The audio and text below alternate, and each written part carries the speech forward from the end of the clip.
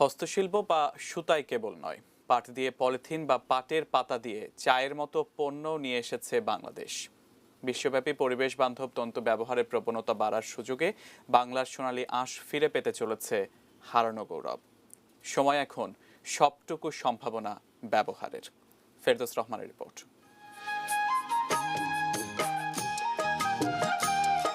Made in Bangladesh নামে বিশ্ববাজারে বাংলাদেশের গর্ব করার মতো যত বিষয় আছে তার মধ্যে সবচেয়ে এগিয়ে পাট। বাংলার সোনালী আঁশ এখন সারা বিশ্বে কেবল সমাদুরই পায় না, গৌরবের সঙ্গে দেশের প্রতিনিধিত্বও করে।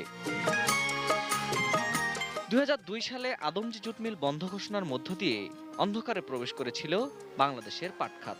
সেই অন্ধকার চিরে আলোর দিশা ২০১০ সালে পাটের জিন রহস্য আবিষ্কার। পাটজাত পণ্যকে বিবেচনায় নেওয়া হয় অগ্রাধিকারপ্রাপ্ত খাত হিসেবে। প্রণীত হয়েছে পাট মোড়কের বাধ্যতামূলক ব্যবহার আইন।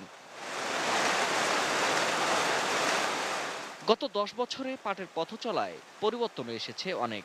২০১৭-১৮ অর্থ বছরে পাটের উৎপাদন ছিল প্রায় ৯২ লাখ বেল। কাঁচা পাট রপ্তানি থেকে আয় হয়েছে ১১,১২৩ কোটি টাকা। আর দেশে উৎপাদিত ২৪০ রকম পাট পণ্য রপ্তানি করে গত অর্থ বছরে দেশ আয় করেছে ৪,৭৯৬ কোটি টাকা। প্রতিযোগিতার বিশ্বে এখন মূল চ্যালেঞ্জ পাটের হারানো গৌরব ফিরিয়ে আনার।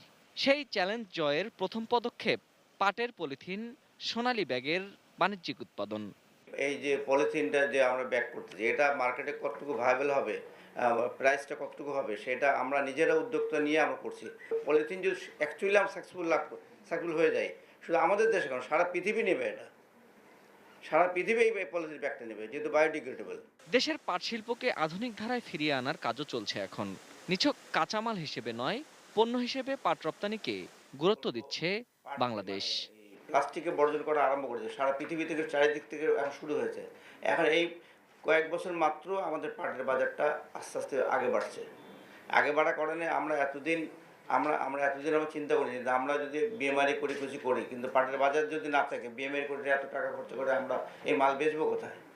সুতরাং পাটের বাজার যখন হবে তখন এখন আস্তে আস্তে হচ্ছে, এখন আস্তে আস্তে আমরা বিএমআরই চিন্তা করছি। Ferdous Rahman, ATN news, Dhaka.